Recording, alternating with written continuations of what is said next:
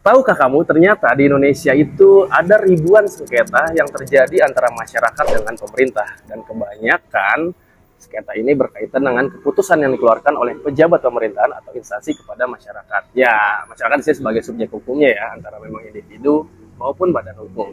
Nah, yang jadi pertanyaan adalah siapa yang menjadi penengah dalam sengketa ini? Oke, saya Raja Kabrama. Kali ini kita akan membahas tentang peradilan tata usaha negara. Sebenarnya apa sih PTUN? PTUN atau Peradilan Tata Usaha Negara ini merupakan lingkup peradilan yang memang mengurusi sengketa-sengketa terkait dengan keputusan yang dikeluarkan oleh pejabat pemerintahan atau instansi kepada subjek hukum, dalam hal ini masyarakat. Ya, mereka bisa berdiri sebagai individu maupun badan hukum.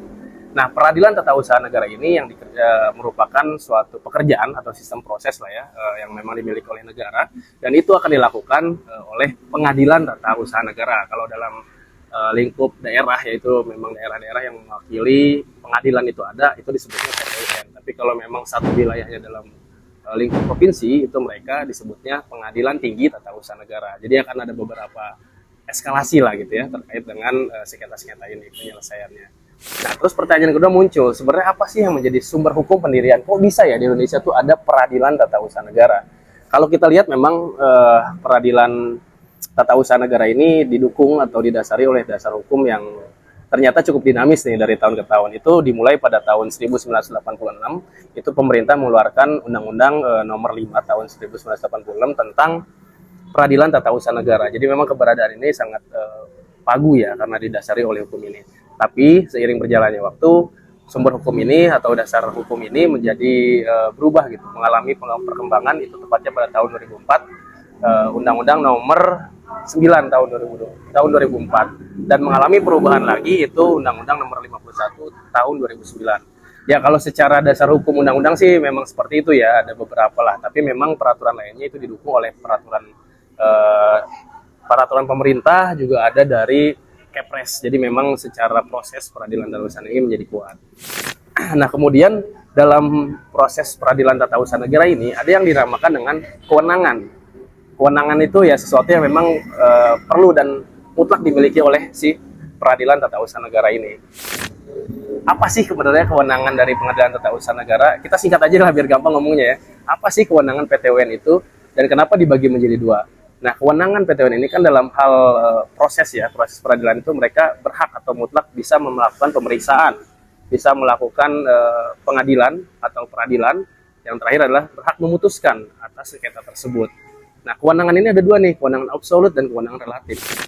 Nah, kewenangan absolut ini memang berkaitan dengan keputusan pemerintah yang mana itu dikeluarkan untuk si masyarakat itu sendiri. Entah itu misalkan tentang keputusan terkait dengan pemecatan jabatan atau pemutusan sepihak terkait izin pendirian usaha dan sebagainya. Nah, maka itu harus diselesaikan oleh pihak PTUN yang memang dalam hal ini berwenang gitu. Kalau misalkan kewenangan relatif itu berkaitan dengan materi sengketa yang ada hubungannya dengan wilayah. Misalkan saya bersengketa dengan pejabat yang di luar wilayah saya, nah maka itu akan masuk kewenangan relatif. Jadi bisa saja tidak diurusi oleh PTUN di daerah saya, tapi juga bisa diurusi oleh PTUN di daerah wilayah yang lain gitu. Karena memang berkaitan dengan di mana sengketa itu berada. Itu ya. Jadi kalau secara konteks umumnya ya kewenangan absolut berfokus pada materi objek sengketanya, kewenangan relatif berdasarkan wilayahnya. Sederhananya seperti itu. Nah, sekarang bicara soal PTUN nggak lengkap, dan kita kalau misalkan nggak cari tahu atau kita bedah lah studi kasusnya. Saya pernah membaca salah satu kasus itu di Bengkulu Utara, tepatnya di Desa Kota Bani. Jadi di situ tuh ada proses pemilihan kepala desa. Nah, salah satu kepala desa ini akhirnya terpilih dong, dan itu sudah dikeluarkan SK keputusan oleh bupati.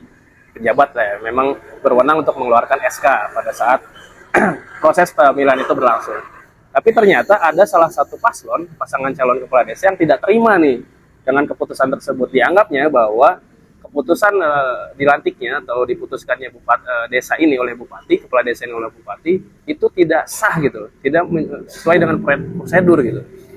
Ya, artinya di situ menjadi salah satu bahan gugatan yang diajukan oleh paslon, si pihak penggugatnya ini.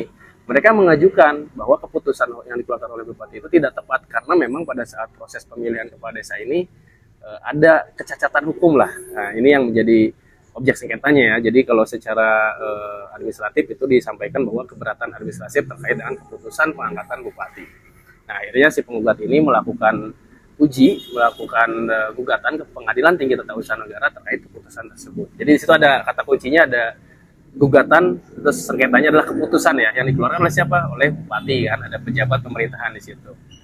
Namun memang setelah perkara itu diproses ternyata ditolak gitu, tidak diterima karena si pihak penggugat ini juga ada kekurangan administrasi dalam proses peradilan tata usaha negara itu. Ya akhirnya keputusan bupati untuk menetapkan kepala desa itu tetap sah gitu kan. Jadi sederhananya seperti itulah. Pun lain-lainnya studi kasus yang berkaitan dengan PTWN ini bisa juga dari badan hukum ya, atau perusahaan yang memang mereka sudah beroperasi, ternyata di tengah jalan pihak instansi ya, dalam hal ini misalkan dinas terkait atau kementerian terkait itu memutus izin mereka untuk melakukan operasi usaha itu. Nah itu juga bisa menjadi salah satu sengketa yang akan diurusi oleh PT UN. Nanti tinggal penggugatnya siapa yang merasa dirugikan, silakan diajukan. Mereka akan menggugat ke pihak tergugatnya, dalam hal ini adalah pejabat pemerintah yang mengeluarkan keputusan itu.